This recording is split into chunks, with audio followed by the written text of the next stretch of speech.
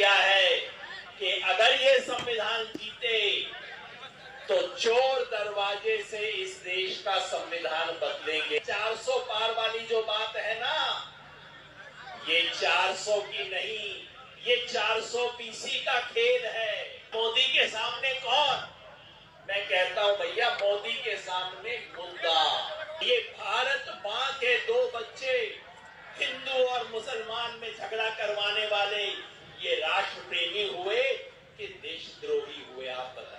लोग गांव में घुसने नहीं दे रहे, उनको कह रहे हैं किसान आंदोलन में तुमने हमें आतंकवादी कहा था ना, अब आतंकवादी का वोट लेने क्यों आए हो, बाहर जाओ। तुम मुझे उस मैच का परिणाम बताने को कह रहे हो जिस मैच का शुरू होने से 2 घंटा पहले अंपायर बदल दिया गया है। पहली बात ये कि इस वक्त संसद का चुनाव नहीं हो रहा है। ये जो चुनाव हो रहा है, कहते हैं लोकसभा का चुनाव है, संसद का चुनाव है। हाँ, कागज पे लोकसभा का चुनाव हो रहा है, संसद का चुनाव हो रहा है, लेकिन हमें ऐसे लड़ना है मानो ये संविधान सभा का चुनाव हो रहा है इस देश में। क्योंकि दांव पे संविधान है, क्योंकि इस देश में सत्ता चलाने वालों ने, आरएसएस और बीजेपी ने तय कर लिया है कि अगर ये संविधान जीते तो चोर दरवाजे से इस देश का संविधान बदलेंगे इस चुनाव के बाद। तो हमें ऐसे लड़ना है मानो ये संविधान सभा का चुनाव हो। और ये सारी 400 पार वाली जो बात है ना, ये 400 की नहीं, ये 400 पीसी का खेल है। 400 पीसी का खेल कैसे? हमारे हरियाणा में कहते हैं धूल में लट मारना, कि बहुत धूल होती है, उसमें जोर से लट मार दो, धूल उड़ेगी, खूब धूल उड़ेगी। जब तक अपनी आंख साफ करेंगे तब तक चोर अपना काम करके चला जाएगा। ये 400 पार वही खेल है। जोर जोर से टीवी पे बोलो 400 पार, 400 पार, 400 पार। जनता का ध्यान इधर उधर, और इतने में संविधान पार, इतने में चुनाव पार। हकीकत ये है कि इस देश की जनता इस सच्चाई को समझ चुकी है। इस देश की जनता समझ गई है 400 पार के खेल के अंदर क्या है। ये आंखों में धूल झोंकने का खेल अब नहीं चलेगा। इसलिए जब ये कहते हैं बीजेपी वाले मोदी, तब इस देश की जनता कहती है मुद्दा। ये टीवी वाले पूछते हैं ना मोदी के सामने कौन? मैं कहता हूं भैया, मोदी के सामने मुद्दा। जब बीजेपी वाले मंदिर की बात करते हैं तो इस देश की जनता महंगाई का सवाल पूछती है। जब ये बीजेपी वाले इस देश के प्रधानमंत्री मंगलसूत्र का नाम लेते हैं, कहते हैं आपका मंगलसूत्र लूट लेंगे, तो इस देश की जनता मोदानी का सवाल पूछती है। मोदी जी, ये आपका पार्टनर जो अदानी है, ये इनका फंडर नहीं है। अदानी मोदी जी को चंदा देने वाला नहीं है, ये तो इनका बिजनेस पार्टनर है। मोदी और अदानी मिलकर इस देश को चला रहे हैं। आज जनता इनसे मोदी और अदानी का सवाल पूछती है। और जब ये मछली की बात करते हैं, आजकल इस देश के प्रधानमंत्री मछली की भी बात करते हैं, तब इस देश का किसान एमएसपी का सवाल पूछता है, मिनिमम सपोर्ट प्राइस का सवाल पूछता है। जब बीजेपी वाले हिंदू मुसलमान करते हैं, क्योंकि आप देख रहे होंगे पिछले बहुत दिनों से अब इस देश में प्रधानमंत्री के पास कहने को कुछ बचा नहीं है, इसलिए रोज किसी ना किसी बहाने से हिंदू मुसलमान। कल कहने लगे प्रधानमंत्री, इस देश में विदेशी ताकतों का प्रवेश है। मैंने कहा मोदी जी, वो तो आपने किया था जब चीन वालों से आपने चंदा लिया था, तो विदेशी ताकतों को तो आपने बुलाया है। प्रधानमंत्री कहते हैं कि कांग्रेस का मैनिफेस्टो मुस्लिम लीग का मैनिफेस्टो है। अब इनको हर चीज में मुसलमान नजर आता है प्रधानमंत्री को, क्योंकि जब कहने को कुछ नहीं बचे तब करो हिंदू मुसलमान का खेल। यहां सब घर परिवार वाले लोग बैठे हैं। मैं आपसे एक सवाल पूछता हूं, आप बताइए, अगर मेरे घर में आके मेरे 2 बच्चों में अगर कोई झगड़ा करवाए तो मेरे घर का मित्र हुआ कि मेरे घर का दुश्मन हुआ? अगर आके मेरे 2 बच्चों में लड़ाई करवाए तो उन बच्चों की मां, मेरी पत्नी, क्या कहेगी उसे? वो बच्चों को कहेगी, बेटा ये तुम्हारा मित्र नहीं है, अगली बार से इसे घर मत आने देना। और अगर वो बेशर्म फिर भी घर आ जाए, फिर आके मेरे 2 बच्चों में झगड़ा करवाए, तो बच्चों की मां क्या करेगी?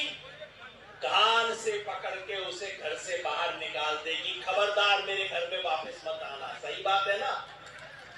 तो ये भारत मां के 2 बच्चे हिंदू और मुसलमान में झगड़ा करवाने वाले, ये राष्ट्र प्रेमी हुए कि देशद्रोही हुए? आप बताइए। देशद्रोही हुए ना ये लोग? ये देशद्रोही है।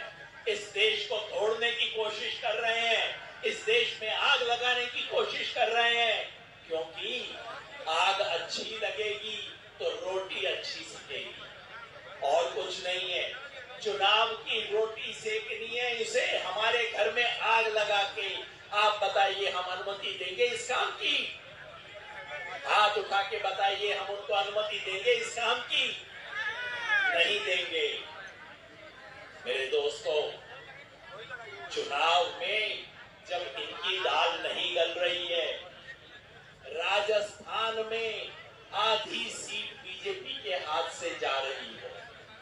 पिछली बार 25 में से 25 थी, उससे पिछली बार 25 में से 25 थी, इस बार आधी सीट बीजेपी के हाथ से जा रही है। हरियाणा में बीजेपी के कैंडिडेट गांव में जा रहे हैं, लोग गांव में घुसने नहीं दे रहे उनको।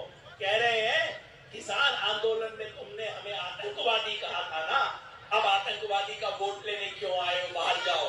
गांव में घुसने नहीं दे रहे हरियाणा में बीजेपी के कैंडिडेट को।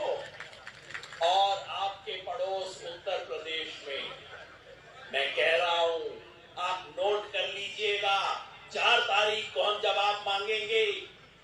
इस बार चुनाव का सबसे बड़ा आश्चर्य, सबसे हैरत अंगेज नतीजा उत्तर प्रदेश से आएगा। उत्तर प्रदेश पलट रहा है, इस बार बीजेपी की खाट खड़ी होने वाली है उत्तर प्रदेश में।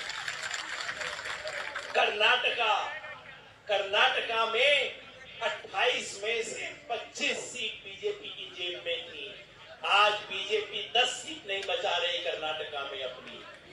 पूरे देश से बीजेपी के पांव उखड़ रहे हैं, लेकिन जब तक बिहार में नहीं होगा तब तक मजा नहीं आएगा, क्योंकि इस देश का हर बड़ा बदलाव बिहार से आया है, बिहार में खड़ा हुआ है। तो मैं आपसे एक ही अनुरोध करने आया, चुनाव तक सब हथकंडे होंगे, प्रधानमंत्री दिन रात हिंदू मुसलमान करेंगे, और दुर्भाग्य इस देश का चुनाव आयोग चुपचाप बैठे देख रहा है। किसी ने मेरे से पूछा, योगेश जी इस चुनाव का परिणाम क्या होगा? मैंने कहा, भाई तुम मुझे उस मैच का परिणाम बताने को कह रहे हो जिस मैच का शुरू होने से 2 घंटा पहले अंपायर बदल दिया गया है। और अंपायर किसने चुना? जो सामने वाली टीम का कैप्टन है, उसने अपनी पसंद का अंपायर चुना है। अंपायर आंख पे पट्टी बांध के खड़ा है। मैच के बीच में सामने वाली टीम का पानी और राशन बंद कर दिया गया है, कांग्रेस का अकाउंट फ्रीज कर दिया गया है, और रही सही कसर, सामने वाली टीम के प्लेयर को मैदान से बाहर निकाल दिया गया है, जेल में डाल दिया गया है। दिन रात ये हो रहा है। तो मेरे लोगों ने कहा, साथियों ने कहा, योगेश जी ये सब हो रहा है, कैसे चुनाव जीतेगा ऑपोजिशन? मैंने कहा भाई इस बार मुकाबला भारतीय जनता पार्टी और इंडिया गठबंधन की पार्टियों का नहीं है। इस बार मुकाबला भारतीय जनता पार्टी और इंडिया की जनता का हो गया है। अब जनता इनके खिलाफ लड़ रही है, पार्टियां सिर्फ नहीं लड़ रही जैसे 1977 में किया था इस देश की जनता ने।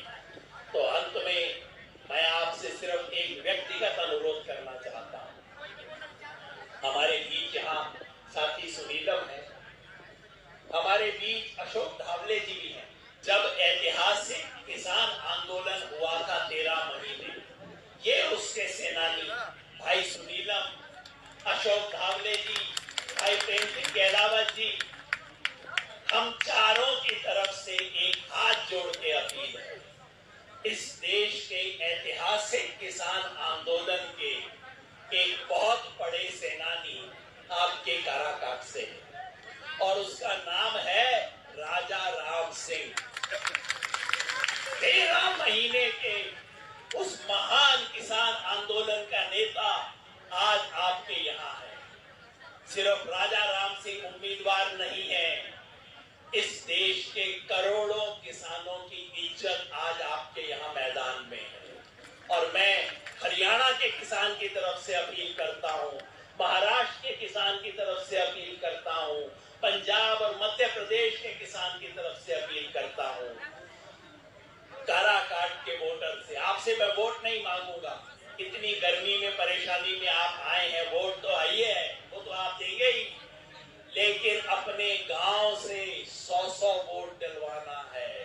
हर किसान को बताना है कि उम्मीदवार सिर्फ राजा राम सिंह नहीं है, इस पूरे देश का किसान और किसान की इज्जत आज आपके यहाँ उम्मीदवार है।